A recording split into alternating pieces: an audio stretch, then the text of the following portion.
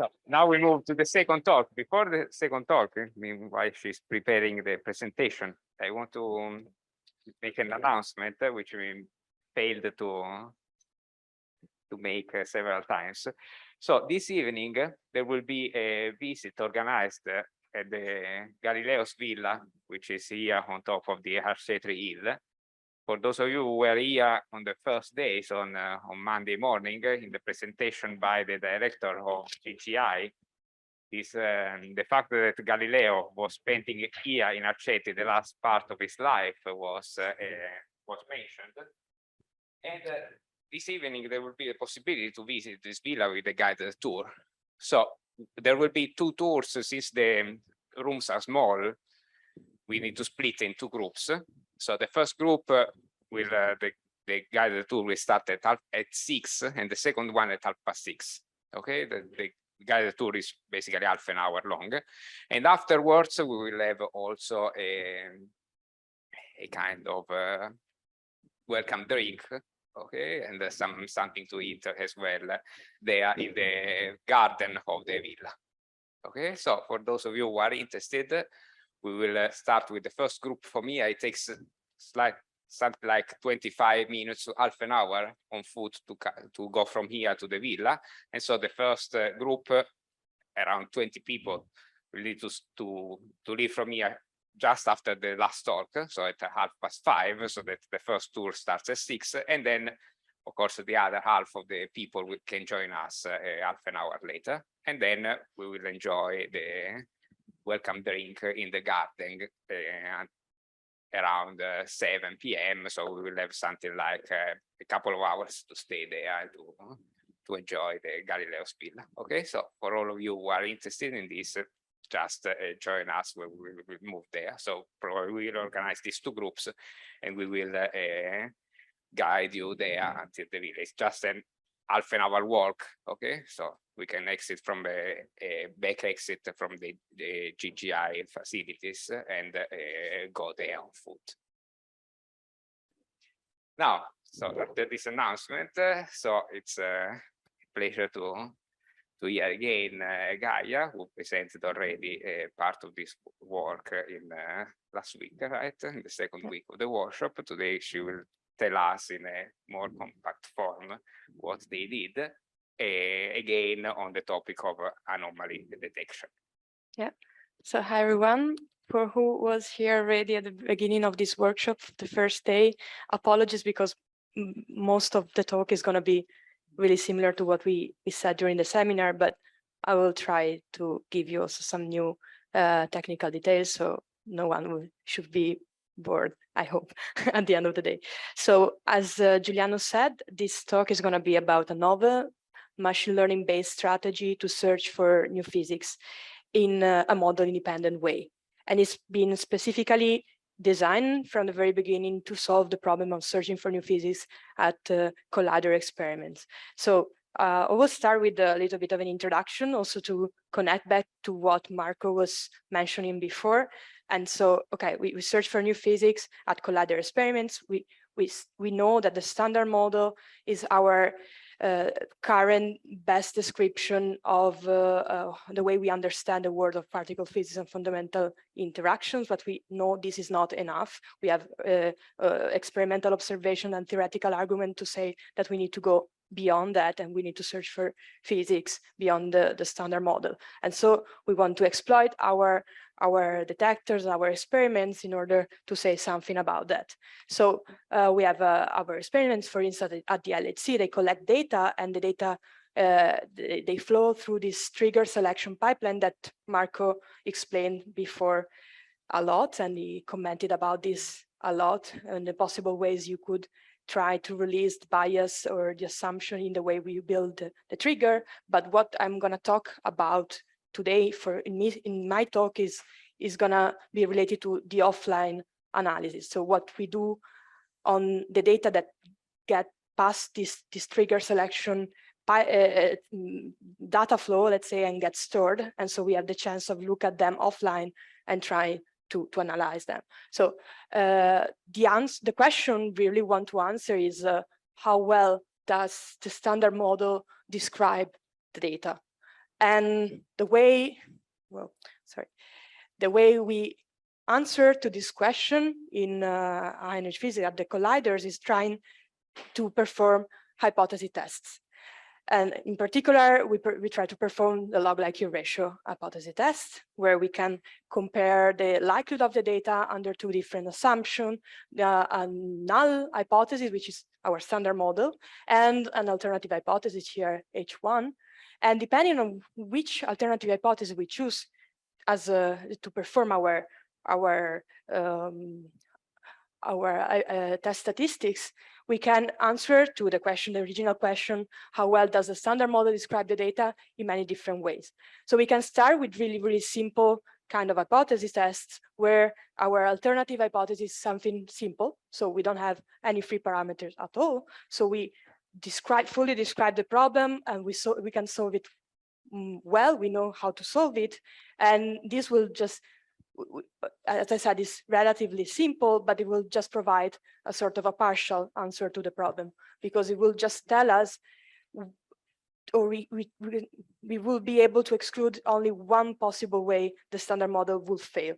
But we would like to be a little bit more like inclusive and trying to say something a little bit more general. So the way we usually do is that we try to relax the assumptions on this alternative hypothesis, trying to make this hypothesis not simple but complex, composite. So we build it in a way that it contains some free parameters that we can fit to the data. An example is this effective field theory approach, where we have the Wilson coefficient parameters that we can fit to the data. I will not talk more about this because tomorrow there's going to be 3 talks from Jaco, Roberts, and Julianos about this. So we will see much more about it. But what we really want to go to right now with the technique I'm going to show you to you today is trying to completely drop the theoretical assumption on how we build this alternative hypothesis here. So we would like to build a parametric model using some universal approximator like a neural network, and let this function to learn the alternative hypothesis directly from the data. And this is our proposal. We call it learning new physics from a machine, because we want indeed to learn the alternative hypothesis from the data using a machine learning strategy. And PLM is just the way we briefly call it. So what I'm going to try to show you during this talk, and the question I'm trying to answer today, are mainly 2. First, how this algorithm that we call NPLM does work. So I will show you what are the main concepts the strategy rely on, and I also show you that we can deal with systematic uncertainties, and this is a crucial point for performing real analysis of the LHC, because we have uncertainties related to our knowledge about the standard model. And then I also will try to show you how, quickly, by taking this example of a 5-dimensional analysis of a 2-body final state of the LHC, that we can indeed perform sort of realistic analysis, taking care of a multivariate problem in a binned way, dealing with systematic uncertainties and so on. So this is just, and here there are some links to the works that this presentation relies on. So if you want to know a little bit more, feel free to look at that. And so let's start quickly with the algorithm to tell you a little bit more about it. So the main idea, as I showed you before, is to perform an hypothesis test. In particular, we want to perform the log-likelihood ratio hypothesis test, where we can compare the likelihood of the data under a null hypothesis or reference hypothesis, here I call it R naught, with respect to the likelihood of the data under an alternative hypothesis that here I call HW, which we don't want to specify a priori, but we want to learn from the data. And the way we do this is by parameterizing the distribution expected under this alternative hypothesis in terms of the distribution under the reference hypothesis, under the standard model, using this exponential factor here, which contains the dependencies of a neural network. So this is just a parameterization which depends on a neural network, but this allows us not to specify any particular signal model for the alternative. And by using this parameterization here, we can rewrite our maximum likelihood test statistics here as a minimization of a loss function, which has this form here. And as you can see, this loss function will have two sums. The first one on a data set D, which is the data set we are interested in testing, and the second sum here on a data set R, which we also call reference sample, which will be a sample built in according to our reference hypothesis, which is the standard model. So it will be, in a way, well, the way the machine will know about the standard model. It could be a Monte Carlo simulation sample, or it could be data-driven one, it could be a mixture of it. This doesn't really matter. The only assumption we have to make at this point is that the size of this reference sample is much larger than the one of the data, so that statistical fluctuation within this reference sample are negligible with respect to those of the data. So here is a schematic view of how this algorithm works. So we have our neural network here that takes as input the two training samples that I just described to you. We have our reference sample with label 0 and the data with label 1. Those are unbinned events, so we give them as an input to the neural network. They are not binned.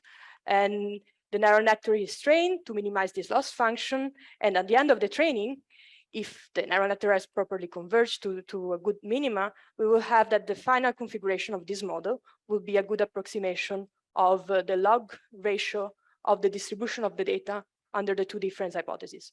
So the standard model and the alternative ones that has been learned from the data. So for instance, if we have an exponentially falling distribution as a reference, like here in the blue histogram, and you have some data that follow the same distribution except for this small bump on the tail, would expect this function f, so the neural network at the end of the day, to fit something which is 0 almost everywhere where the data and the reference are in good agreement, and it will have a small bump in the tail in correspondence of this bump here. So this information is already really useful to characterize the discrepancies that the neural network detect in the data. So this will be, for instance, interested a posteriori to try to say something about what we have seen, and to sort of inject back some physics knowledge into our process. But this is something that will be done after the algorithm has been run and everything. So it's not something we are going to deal with in this talk today. But then, of course, if we see some discrepancy like this, we also want to quantify it in a better way, in mathematical way. So as I said at the beginning, we want a test statistics and we want a significance associated to this. So the way we do it is we need to build this test statistics and a distribution, in particular distribution for the test statistics under the null hypothesis. Then we have our value for the test statistic observed for the specific data set, and we compare this t-obs to the distribution of the test statistics in the null hypothesis, and then we can extract a p-value in a frequentistic way. And the way we build this thing is essentially by running this algorithm many times. So we substitute the data set with the pseudo data that is generated according to the reference distribution, so according to the standard model.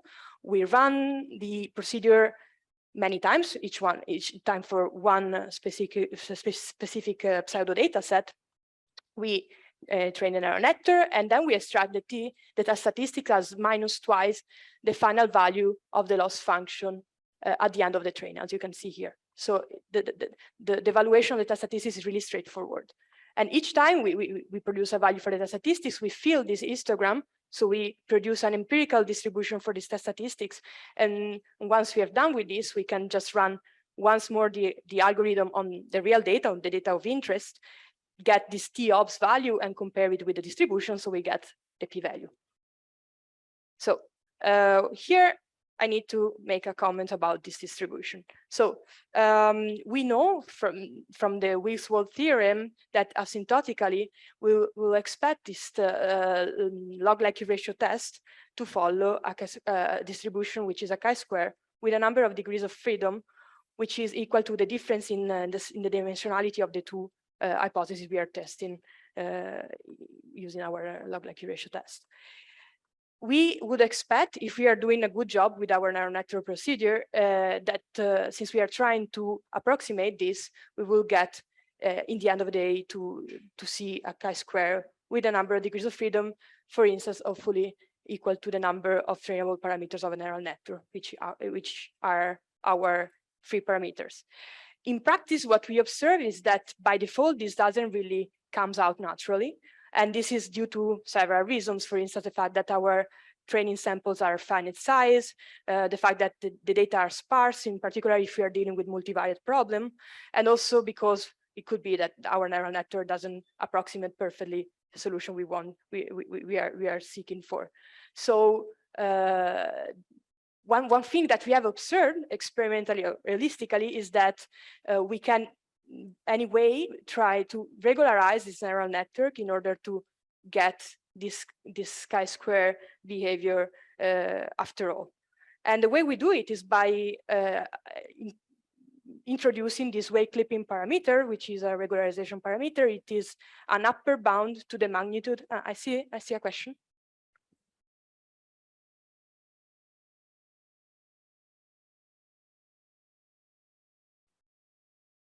Yeah.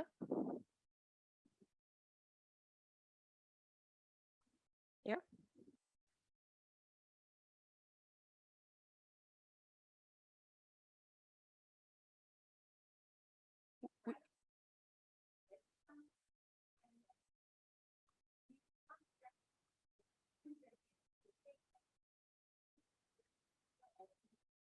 But right.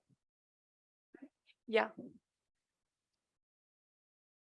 Well, I can tell you already one thing. So what you mentioned is a binned approach.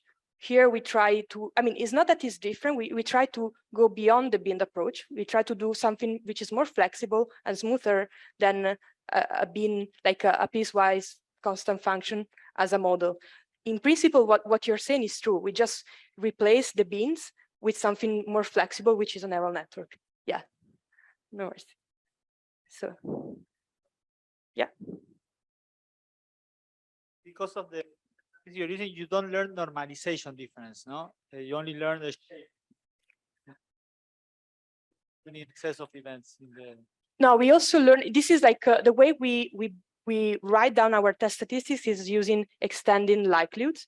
So we also take care about the normalization. Yeah, I mean, at this point, there are no systematic uncertainties yet introduced. I will show you then how to deal with uncertainties also in the normalization. But yeah, we take care about this as well. Thank you. No worries. So I'll just go back really quickly into this regularization thing. So I just told you we introduced this parameter, which allows us by properly scan it or to pick a value for which our empirical distribution of the test statistics in the null assumption will fit a chi-square. This is like the way we set up our algorithm before running it into the real data so that we have the control over the distribution of the test statistics, and so we can rely on our p-values extraction in the end. So as I was mentioned just before, here I haven't said anything about systematic uncertainties yet, so I'm going to introduce it right now because it's really a crucial point for performing analysis of the LHC. And this is because, as we heard already, for instance, from the last talk from Alessandro yesterday, we have our knowledge about the standard model is not perfect. We have errors associated to our predictions, and we need to take care about those as well. So the way we do it in collider experiments when we do our log-like statistics is by introducing nuisance parameters that are additional free parameters in our hypothesis that are used to model how the distribution of the data will vary with within the uncertainties that we know of. And so here I just rewrote again our log-like ratio test statistics. This time there is this new set of nuisance parameters new here, and there is also this auxiliary term here in the likelihood, which is a term which is used to constrain the value that the nuisance parameters can take. And this is obtained by performing additional measurements that are performed in an orthogonal data set with respect to the data set of interest. And this is the reason why we can just factorize this likelihood out and just include it like this. So with this extended, let's say, formulation of the test statistics, we can once again do this trick or trying to translate this problem into a minimization of loss functions. And once again, we need to start from a parameterization of our alternatives, which depends on our network this time, but it also depends on the nuisance parameters. So we explicitly take into account to the knowledge on how the reference distribution, so how the standard model will vary within the uncertainties effects with this ratio here, where you see we compare the distribution of the data under any possible assumption of the nuisance parameters with respect to a central value configuration of our distribution. And by using this parameterization, we plug it then inside our test statistics once again, and we can show with a little bit of math that I skipped here for lack of time, we can show that we can rewrite the test statistics as the difference of two terms that we call it here tau and delta. And here the nice feature to note is that this tau term contains the dependency on this alternative hypothesis HW, and so it contains within it the neural network in a way, but it also contains the dependencies on the nuisances that you also see in the way we perform the minimization of this loss function. So when we use a machine learning strategy to fit this term to the data, we will be able to fit to the data both, let's say, discrepancies that are due to uncertainties, so they can be accommodated by nuisance parameters, and additional kind of discrepancies that could be due to physics beyond the standard model sources. While the second term here, it only relies on the nuisance. It is basically built on our reference assumption, and it only contains the dependencies on the nuisance. So in a way, this second term would only be able to fit effects that are compatible with the nuisance parameters. And so when we take the difference between the two, if there is a residual term surviving, that will be only due to effects that are beyond the nuisance uncertainties. So I will go quickly because I don't have much time, but here is just a schematic view of how this works, just to point out once again, we have on the tau term both the neural network and this way we encode the nuisance effects on the reference, which is through this ratio term that I showed you at the beginning inside the parameterization, while for the delta term, we only have this ratio term. These two parts are computed separately, so they both take as input the training samples here, where now the reference is fixed to the central value reference.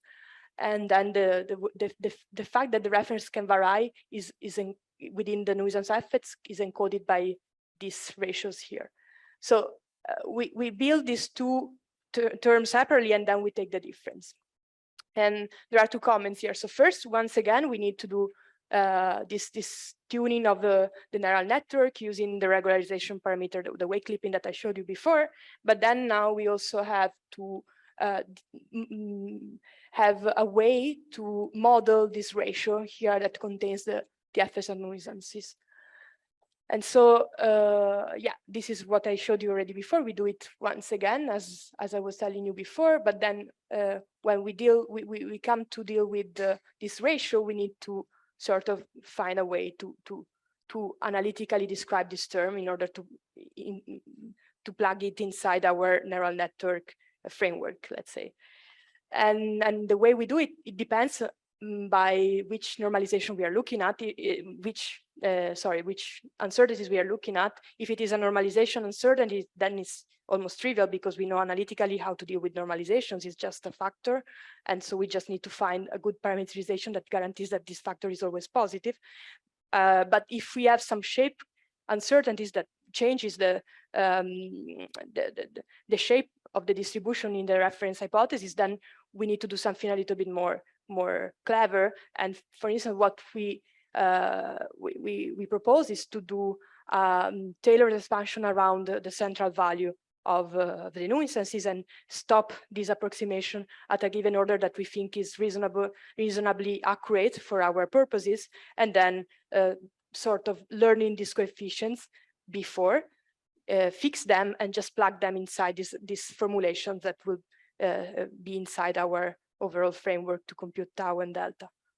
So one last piece of the whole, let's say, strategy is checking that or validating the strategy. So being sure that we are doing this cancellation properly, because in a way we don't want to create any false positive out of a wrong cancellation procedure. So what we really need to test is that in absence of new physics effects, so only in presence of possible nuisance effects, we will be able to properly cancel out any discrepancy that the neural network would see. So for instance, once again, we use pseudo dataset to check this thing out. And the way we do it is by producing pseudo dataset according to the standard model hypothesis, but with values of the nuisances, which is different from the central value. So we sort of inject some discrepancy in the data, which we know is due to nuisance effects. So we will expect this tau term, so the green distribution of the test statistics here, to detect something, but then we will also expect that the delta term that we subtract to it afterward will see exactly the same thing. So in the end of the day, the test statistic that gets out from the difference will be compatible with the chi-square, with the target chi-square that we had from the very beginning. And this is what we observe if all our strategies properly computed. So if our terms are accurate enough and everything works fine. So once we get to this point and we convince ourselves that we are robust, we can finally really look at the data. And so I will just go quickly into this. This is just a summary of what we have just said. So we need to do this wake clipping regularization part. Then we need to model the uncertainties. We check that during this, using this validation procedure, that the cancellation procedure works, and then we can look at the data. So far so good. I promised you I will show you some examples of an application just to convince you that it's indeed working for multivariate problems. So I'm going to show you really quickly some results from this two-body final state at the LHC, which we are working on. Is a simulated problem so far. And here, as I told you before, I want to perform a multivariate analysis. So I want to use so my problem is defined in a way that I will take as input the 5 dimensions that will describe kinematically my final states. So that we have transfer momenta and pseudo rapidities of the two particles and the relative azimuthal angle. And then we assume that our knowledge of the standard model is imperfect, and our lack of knowledge can be fully modeled using two nuisance parameters. The first one is a normalization effect, a global normalization effect. The second one is a effect on the scale of the momenta. And for the second one, we tried 3 different regimes with the increasing magnitude of the effect, just to see how we can deal with those different setup. So once again, we did what I've just showed you before. First, we tune our neural network, which is this neural network with 5 layers of 3 layers of 5 neurons each. We found a wake clipping that allows us to fit the chi-square with 96 degrees of freedom. And we also, on a separate side, we find a good Taylor expansion for our scale effect, which is a shape uncertainties. We do these 2 things as a preparatory, let's say, steps, and then we check that our subtraction procedure tau minus delta is working properly in absence of new physics. So when we just plug in some nuisance effects, and we can check it out for different regimes or different magnitudes of the nuisance effects. So the impact of the nuisance on the data distribution. And what we observe here is exactly what I was showing you before, is that when we take before taking the difference, so the tau term only would shift to the right side with respect to the chi-square, and how much it shifts, it depends on how large is this impact of the nuisance effects on the data. But then if we take the difference, the blue histogram here will go back to be compatible with the chi-square. So we are happy with this, and we can, in principle, go and look at the data. In this case, we don't have data because it's a simulated problem. So what we do is that we simulate our own signal benchmarks, and we try to inject some signals and see what happens then. And so this is what we did. We consider a Z prime a Z prime resonance and an EFT scenario, and this is the way you will see it if you will look at the invariant mass of the two bodies, which is an information that we don't provide to the neural network. I'm showing it to you here right now to show you that the Z prime will peak at 300 GeV because we simulated in with a mass of 300 GeV, so you will see this peak here, while the EFT will be seen as an axis in the tail of the distribution, but the neural network doesn't know this. We would like the neural network to learn this from the lower level input variables that it takes as for the analysis. And so what we can do is exactly the same kind of plots that I showed you before without signal. Now we plugged in signals with different values of the systematic effects too, to see what happens. And now you see that when we once again have, let's say, the tau term distribution shifted to the right side, more for regimes of the systematic effects, which has a larger impact. But then when we take the difference, we don't recover the chi-square. And this residual mismatch is really due to the fact that we also injected some signal inside, and the neural network couldn't fit that part with nuisance parameters. And so this is really quickly just a summary of the result we observed. So one first comment to make is that, okay, this plot will show the Z-score we obtained with respect to a Z-score of a model-dependent kind of approach. So an approach where we know where to look for the data. So a little bit going back to what I was saying at the really beginning, if we knew how to formulate the problem, like if we knew which alternative hypothesis to choose to perform these tests, we could answer to these specific problems, the Z prime or DFT problem separately really well, okay? And this, of course, will provide a higher power for the data statistics that you will end up having. But what we can do with our strategy is that we can be sensitive to both these scenarios at the same time, of course, lower sensitive because we have way less information and assumption that we don't provide any assumption about the signal that we want to look at. And then another comment that it's nice to make at this point is showing that this ratio, it stays constant at different magnitudes of the nuisances. So it means that in a way, the impact of including nuisance effects or systematic uncertainties in the analysis is the same for both the model-dependent problem and the model-independent one. So the way we deal with systematic uncertainties in a way not different from any other standard technique that is used at collider experiments. And one last slide, maybe we'll go really quickly on this. As we said, we can characterize the signal a posteriori once we have seen some discrepancy. This is an example of what we could do, for instance, using this reconstruction that we get from the neural network and projecting it in the invariant mass to compare it with the signal that we know we injected it. And we actually can see the reconstruction in this green line from the neural network that even if this variable was not given as an input to the neural network currently realized where the resonance was in this region. And also the same can be said for the axis in the tail in the case of the DFT scenario. So I will conclude really fast. I would say we have a tool that is able to deal with multivariate problem, and this is able to take care of systematic uncertainties in the process. So I would say we are ready to perform a real analysis at the LHC, and this is a really good achievement for now. Of course, there are limitations that can come out from the accuracy with which we can compute each of these terms, in particular the accuracy with which we can model the nuisances. And do you wanna, should I finish? And okay. So okay, we have our limitations, but I just want to say that the limitation will just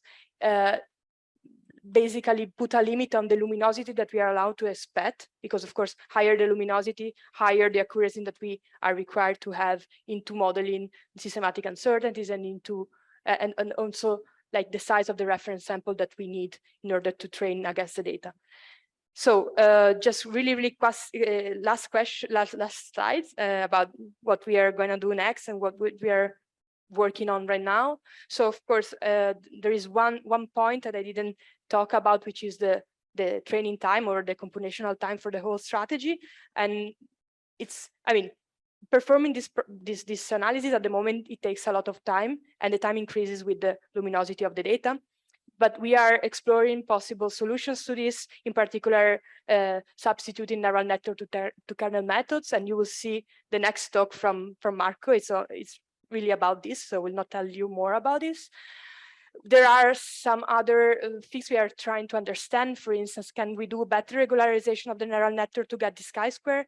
Is there something cleverer than the wake clipping that we can do? And we are working on it, and we have some ideas about it. And also another thing I never mentioned is like, how do we choose this architecture? Because at the moment we just, the only thing I will tell you is that you pick a neural network, you try to regularize it. If you get a chi-square out of it, the neural network is a good candidate and you can use it. But why wouldn't I choose another neural network? This is something we still don't know how to do, because we cannot rely on signals to optimize. So this is something we want to explore. And of course, there are many more applications rather than just the high energy physics, new physics search, let's say. So, okay, I mentioned here, we want to go a little bit to higher dimensionality problems, and this is something we are exploring. But there are also other applications like data quality monitoring, or testing how good generators are, since we heard about this many times during the workshop and the conference in the previous days. It's like if you want to test or assess in a way how good a generator could be also in multivariate problems, then you could use this technique and have test statistics that will quantify it. So if you have any of these use cases and you want to apply it, you want to apply our algorithm too, and I will just go really fast on this. We have a pip Python package that you can install using pip, and there are tutorials in Python notebooks that you can use to sort of familiarize with this tool. And of course, you can ask me any questions and I will help you go through it. Thanks. Sorry. Thank you for the talk. Oh, we have a couple of I have quick questions. Very quick, yeah. I spare you all the things. The weight clipping that you showed in the beginning really looks rather contrived. You have to fit the specific, very specific value to get the right chi-square. This seems to be a bit problematic. I understand the alternative methods to do this, and you will probably find them. But in general, don't you have to address somehow in an anomaly perspective the unknown unknowns, in the sense that nuisances that you don't even know you don't model correctly, which you could also test just by injecting some, but not having a term that then actually cancels, and observe how much of a fake detection probability you would get. See what I'm saying? Inject something, then pretend you don't know how to model it, and then see what happens. Right. Because that will always be true to some extent. Yeah, I mean, in the process of getting to this point where you really see the cancellation working properly, you will pass through the modeling of the uncertainties and the correct and finding the correct modeling of these uncertainties. And this is actually what happens at the beginning. You try to model with some degrees of approximation. You try to use this modeling inside inside the procedure, and then you will see indeed that if you didn't properly model some nuisance effects, this cancellation procedure will not work properly. You will see some residual shifts with respect to the chi-square. So this is something, as you said, you could also use to understand data and see if we are missing some of the nuisance effects and like plug and play. But this cannot be done when you look at the data. You should do it before. Otherwise, this is true. It's a way we are sure that the strategy is robust. Yes. Thanks for the really nice talk, Gaia. I wanted to ask, I think I didn't understand fully how you integrate the uncertainties to, I don't know, is it a post-processing that you're doing, or during the training you add the nuisances and uncertainties and train to learn uncertainties as well? Yeah, so what we learn a priori is the modeling of the uncertainties in a way. Let's see if I find it here. Yeah, so for instance, let's say we want to use this Taylor expansion approximation to sort of fit how the nuisance will act on the distribution of our data. Let's say what I will learn a priori will be the coefficients of this expansion. Okay. Are those deltas the network output?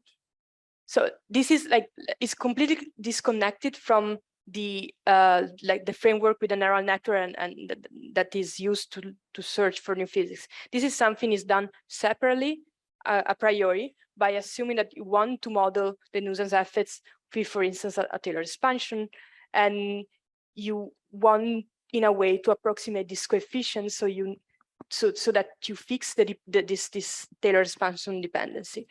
But then when you've done this and you use this term inside the neural network here, okay, you have the nuisance to be free to fluctuate and to fit the data, while the only fixed term will be those deltas, which are the coefficients of the Taylor expansion. So the nuisances are the best fit of the nuisance is learned from the machine learning procedure. In the case of the delta term, this is the only free parameters that you need to fit. In the case of the tau term, this will be fit together with the W's, so together with the free parameters of the neural network. So this will be like a best fit of the two things jointly.